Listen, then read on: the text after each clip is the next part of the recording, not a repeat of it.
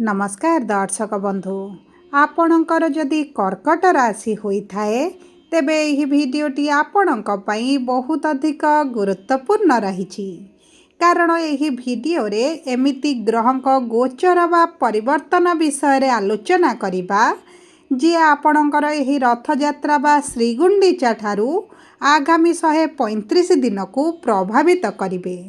माने यही जुलाई मास 16 तारिख ठारू आगामी 135 दिन पर्यंत आपणक जीवन में बहुत अधिक प्रभाव पकाइबा पाई जाउछंती एवं आपणक जीवन में बहुत गुड़िए घटना बा अघटन मान मध्य घटाइबा पाई जाउछंती एवं मने रखंतु एही रथयात्रा बा श्रीगुंडीचा परठारू आपणक जीवन में किछि एमिति आकस्मिक परिवर्तन आनिबे जहाँ आपण आशा मध्य करि नथिबे। देखंतु ज्योतिष शास्त्र अनुसार शनि को गोटे पापी ग्रह बोली कहा जाए, गोटे क्रूर ग्रह बोली कहा जाए एवं न्यायर देवता बा कर्मर स्वामी बोली मध्य कहा जाइथाए एवं शनि को प्रभाव रे समस्तक जीवन रे किछि ना किछि अशुभ ही घटी थाए। आपणक शनि 7.5 धरंतु, शनि महादशा, शनि अंतर्दशा किंबा शनि अढ़ई हेउ किंबा आपणक कुंडली रे जदि भी शनि खराब स्थिति रे थांती तेबे आपणक जीवन रे किछि ना किछि अशुभत्व जीवन जाक लागी रही थाए। किंतु वर्तमान एही रथयात्रा परठारू शनि जेहेतु बक्री हेबा पाई जाउछंती शनिकर प्रभाव आहुरी द्विगुणित हेबा पाई जाउछि। ता सहित शुभ कार्यर स्वामी, शुभ कर्मर कारक ग्रह एवं देवतांकर स्वामी, आशीर्वादर स्वामी देवगुरु बृहस्पति एही रथयात्रा परठारू अस्त हेबा पाई जाउछंती। आपणकर शुभाशुभ फल को अधिकांश मात्रा रे कम करिबा पाई जाउछंती। तेणु करी शनिकर प्रभाव बढ़िबा एवं गुरुंकर प्रभाव कमिबाटी आपणक जीवन रे बहुत गुड़िए क्षेत्र रे विभिन्न प्रकार परिवर्तन आनिबा पाई जाउछंती। किंतु आपणक नक्षत्र अनुଯାयी आपणक भिन्न भिन्न क्षेत्र रे आपणक शुभ फल मिलिबो एवं अशुभ फल प्राप्ति हेबो। तेबे देखंतु आपणकर केउ क्षेत्र रे परिवर्तन हेबो, कोन प्रतिकार रहिछि, कोन करिले आपणकर अशुभत्व दूर हेबो ताहा एही भिडियो रे विस्तृत भाव रे आलोचना करिबी। सेतिपई आपण आम सहित भिडियो रे शेष पर्यंत जोड़ी होई रुहंतु। एबे आसंतु कार्यक्रमटी को आरंभ करिबा। किंतु भिडियोटी को आरंभ करिबा पूर्वरु जदि आपणकर भी कर्कट राशि होइथाए एवं आपण भी ईश्वर को आंतरिक भक्ति एवं विश्वास करती तेबे भिडियोटी को लाइक करंतु। कमेंट बॉक्स रे जय जगन्नाथ, जय माँ लक्ष्मी अवश्य लिखि दियंतु। ता सहित आम सह जोगाजोग करिबा पई वीडियोर मध्य भाग रे एक व्हाट्सएप नंबर टी दिया जाइछि जो नंबर साहाय्य आपण आम सह जोगाजोग करी निजर नूतन कुंडली प्रस्तुत करि परिबे, कुंडली विश्लेषण कराई परिबे किंबा आपणकर चाकरी, विवाह, व्यवसाय, प्रेम संपर्क, शिक्षा, स्वास्थ्य, संतान को नहीं किछि समस्या रहिछि ताहार सहजरे एवं स्वल्प मूल्य रे समाधान करि परिबे।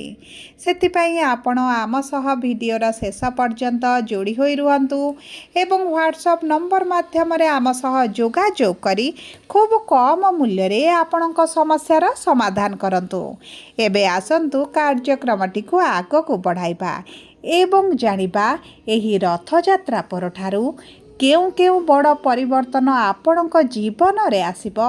एही प्रमुख ग्रह मानकर राशि परिवर्तन, स्थिति परिवर्तन, चलन परिवर्तन रे देखंतु आपणकर कुंडली रे अष्टम भाव रे राहु विराजमान होइतिले एवं भाग्यर भाव रे शनि विराजमान होइतिले जेउ कारणरू आपणकर स्वास्थ्य खराब रहुतला, किछि ना किछि स्वास्थ्य समस्या आपणकर देखा देउथला। आपणकर आर्थिक स्थिति मध्य दुर्बल होई जाइथला, आर्थिक समस्या मध्य दे आपण गति करुथिले, आपण ऋण आनिथिले किंतु ऋण टिके सुझी पारु नथिले।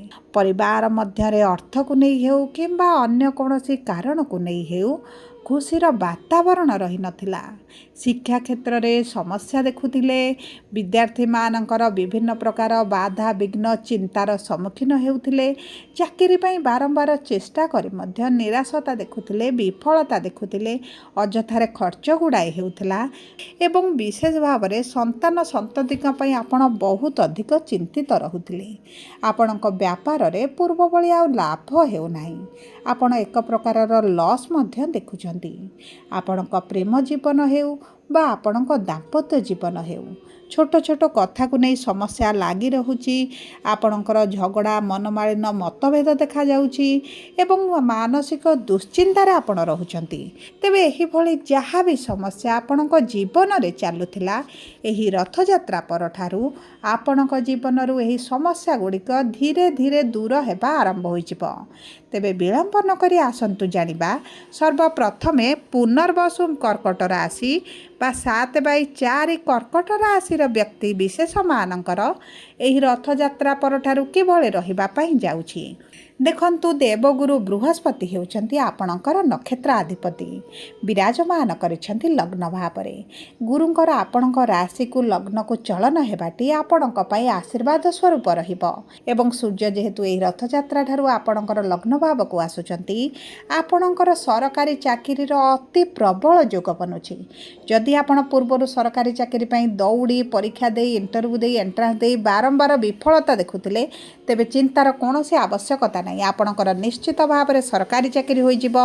ଯଦି ପୂର୍ବରୁ ସରକାରଙ୍କ ସମ୍ବନ୍ଧିତ କିଛି କାର୍ଯ୍ୟ କରୁଥିଲେ କିମ୍ବା ସରକାରଙ୍କର କୌଣସି ପ୍ରୋଜେକ୍ଟରେ ଆପଣ କାର୍ଯ୍ୟ କରୁଥିଲେ, ତେବେ ଏହିସବୁ କ୍ଷେତ୍ରରେ ଆପଣଙ୍କୁ ନିଶ୍ଚିତ ଭାବରେ ଶୁଭାଶୁଭ ଫଳ ପ୍ରାପ୍ତି ହେବ ଏବଂ ତାହା ସହିତ ପଞ୍ଚମ ଭାବକୁ ଗୁରୁଙ୍କର ଉଚ୍ଚସ୍ଥ ପଞ୍ଚମ ଦୃଷ୍ଟି ରହୁଛି ଏବଂ ଆପଣ ଯଦି ସନ୍ତାନ ସୁଖରୁ ବଞ୍ଚିତ ରହିଛନ୍ତି, ଦୀର୍ଘ ଦିନ ହେଲା ସନ୍ତାନ ପ୍ରାପ୍ତି ପାଇଁ ଚେଷ୍ଟା କରି ନିରାଶତା ଦେଖୁଛନ୍ତି, ଆପଣ ଆଶା ମଧ୍ୟ ଯଦି ଛଡ଼ାଇ ଦେଇଛନ୍ତି, ତେବେ ମଧ୍ୟ ସନ୍ତାନ ସୁଖର ଅତି ପ୍ରବଳ ଯୋଗ ବନୁଛି।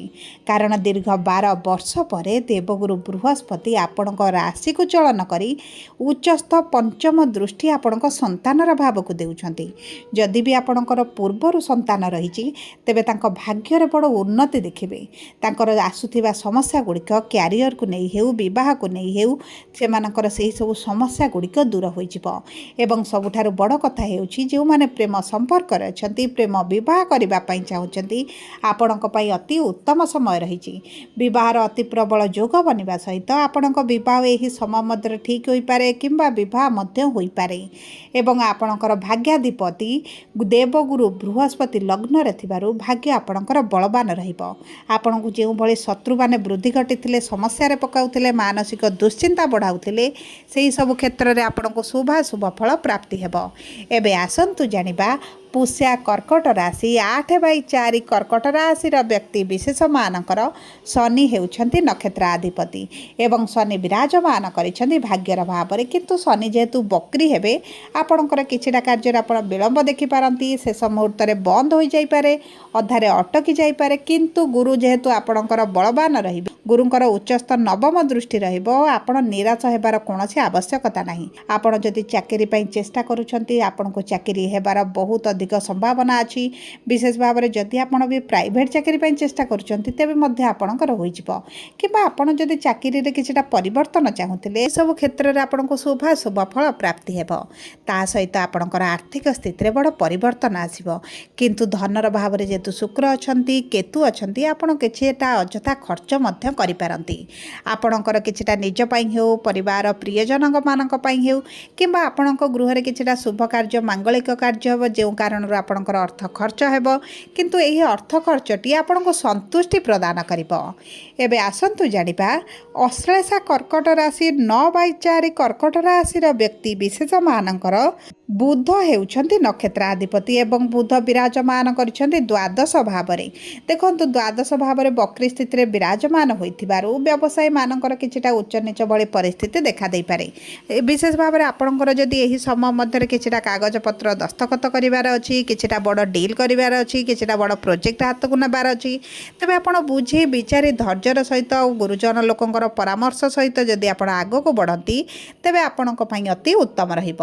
ତା ସହିତ सहित आपणकर बुध जेहेतु स्वगृह अच्छा आपण जदि विदेश जावाई चाहूले तेबे आपणकर विदेश ग्रस्तर भल समय रही आप दूर यात्रा तीर्थयात्रा करें कौन पर्यटन स्थली को आप भ्रमण जापारती किंबा ता सहित जदि आप वैदेशिक मुद्रा रोजगार करुँच सब क्षेत्र में भाग्य आपण साथ देव रोजगार में बढ़ोती आसब। यही समय मध्य आपण सुख सुविधार वृद्धि घटब। जदि किछिटा नूतन भाव में जिनिस किणवे बोली पूर्वर मनस्थ करते से सब जिनिस आपण क्रय करिपारंती एवं ता सहित जदि आपणकर अर्थ को कौन जगह इन्वेस्ट करुँच तेज आपण भाग्य साथ देव कारण अष्टम भाव में राहु विराजमान करी आपण को अचानक किछिटा धन लाभ कराई पारंती। सब पर अशुभत्व को दूर कर शुभाशुभ फल वृद्धि करने आपण प्रत्येक दिन गुरुंकर बीज मंत्र जप करंतु। बुधवार दिन प्रभु गणेश पाखे दुब घास सहित लड्डू भोग अर्पण करंतु। ता सहित चेष्टा करंतु प्रत्येक सोमवार दिन महादेव मंदिर में पूजार्चना करने सहित महादेव मंदिर डाहाण पार्श्व प्रभु गणेश पाखे किछिटा लड्डू भोग अर्पण कर वितरण कर दिंतु। एवं आपणकर जदि समस्या वृद्धि घटी तेबे प्रत्येक मंगलवार एवं शनिवार दिन हनुमान मंदिर में सिंदूर एवं तेल अर्पण करंतु। शनिवार दिन काऊ मानक किछिटा खाइबा पाई दिंतु। कला कुकुर मानक किछिटा खाइबा पाई दिंतु। आपणक पई अति उत्तम रहइबो।